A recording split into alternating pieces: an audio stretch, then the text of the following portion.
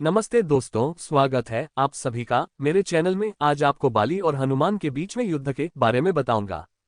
आप सभी को हमारा ये वीडियो कैसा लगा हमें कमेंट्स में जरूर बताएं। दोस्तों, मेरे चैनल को लाइक और सब्सक्राइब करना न भूलें। हनुमान जी और बाली के बीच जब हुआ भयंकर युद्ध, बाली ने कई मील भागने के बाद ऐसे बचाई जान। बाली को यह वरदान हासिल था कि जो भी योद्धा उसके सामने आएगा उसकी शक्ति आधी हो जाएगी और यह आधी शक्ति बाली में समा जाएगी। यहां तक कि बाली ने रावण पर भी विजय प्राप्त कर ली थी। त्रेतायुग के सबसे शक्तिशाली योद्धाओं में महाबली बाली का भी नाम आता है। सुग्रीव के भाई, अंगद का पिता, अप्सरा तारा के पति और वानरश्रेष्ठ वृक्ष के पुत्र बाली को एक खास वरदान हासिल था।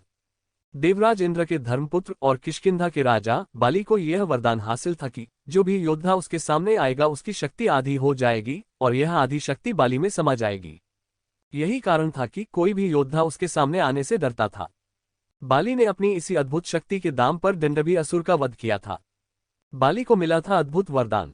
यहां तक कि रावण के पास भी जब बाली की चर्चा पहुंची तो वह भी उससे लड़ने अधमका। हालांकि बाली के सामने रावण की एक न चली। कथा के अनुसार बाली ने रावण को अपनी कांख में 6 माह तक दबाए रखा था। अंत में रावण ने उससे हार मान ली थी और उसे अपना मित्र बना लिया। बाली का घमंड इससे बहुत बढ़ गया था। हालांकि रावण तक को हराने में कामयाब रहे बाली का घमंड आखिरकार हनुमान जी ने तोड़ा। बाली ने जब हनुमान जी को युद्ध के लिए ललकारा।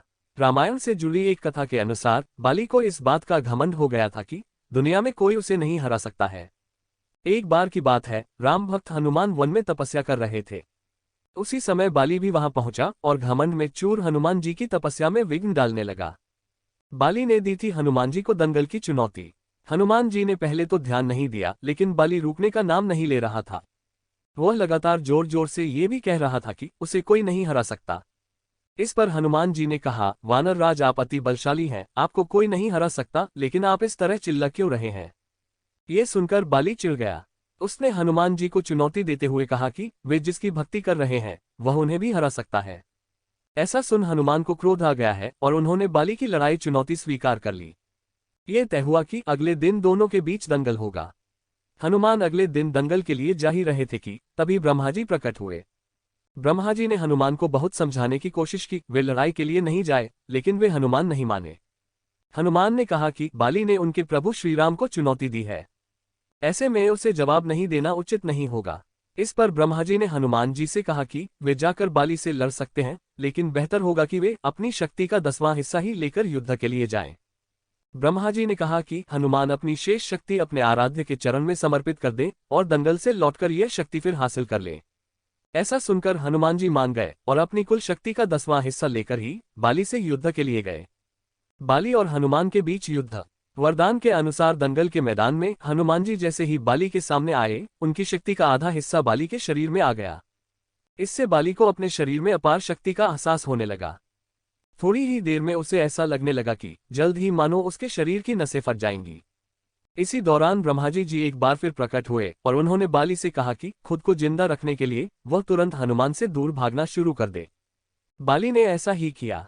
वह लगातार भागता रहा ताकि उसकी ऊर्जा खत्म होने लगे। कई मील दौड़ने के बाद उसे राहत महसूस हुई। उसने देखा कि सामने ब्रह्माजी खड़े हैं।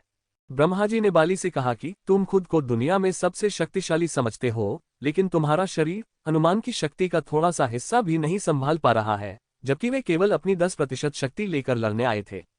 सोचो यदि संपूर्ण शक्ति होती तो क्या करते। बाली को बात समझ आ गई और उसे अपनी गलती का एहसास हुआ। बाद में बाली ने हनुमान जी को प्रणाम किया और क्षमा मांगी।